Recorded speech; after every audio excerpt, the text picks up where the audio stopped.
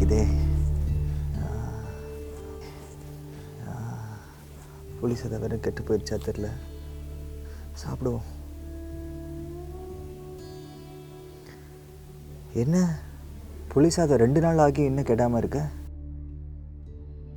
ஏன் இது மட்டும் கெட்டு போக மாட்டேங்குது?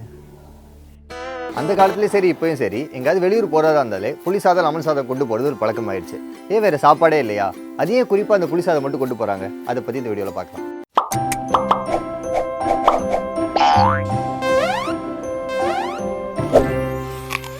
புளிசாதத்தோட ஹீரோவே இந்த புளி தான். இந்த புளியில் டாட்டாரிக் ஆசிட்னு ஒன்று இருக்கும். பேர்லேயே ஆசிட் இருக்கும் போதே தெரியுது இதோட pH ரொம்ப கம்மின்னு. டாட்டாரிக் ஆசிட் pH பார்த்தீங்கன்னா 2.2.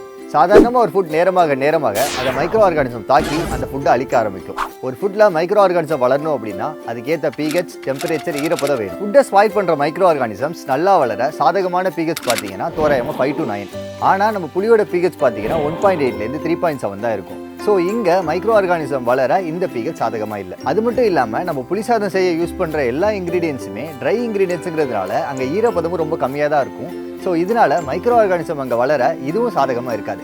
அதோட நம்ம அதில் உப்பும் போடுறதுனால உப்புல இருக்க சோடியம் மைக்ரோ ஆர்கானிசம் வளராமல் பார்த்துக்கும். இதெல்லாம் மீறி எப்படி புளிசாதம் கெட்டு போகுது அப்படின்னு கேட்கலாம். இதுக்கு காரணம் நேரமாக ரைஸ்லேருந்து வர்ற ஈரப்பதத்தினால இதை யூஸ் பண்ணி மைக்ரோ ஆர்கானிசம் இந்த ரைஸை சாப்பிட ஆரம்பிச்சிடும். இதனால தான் புளிசாதம் கெட்டு போகுது. இந்த டாட்டாரிக் ஆசிட் புளிசாதத்தில் மட்டும் இல்லாமல் கிரேப்ஸ், அவகேடோ, அப்புறம் பேக்கிங் சோடாலாம் கூட இருக்குது. இதனால தான் சில ஹோட்டல்ஸில் சாதம் ரொம்ப நேரம் கெட்டு போகாமல் இருக்க இந்த பேக்கிங் சோடாவை போடுவாங்க. இதே மாதிரி தான் லெமன் சாதத்தில் சிட்ரிக் ஆசிட்னு ஒன்று இருக்கும்.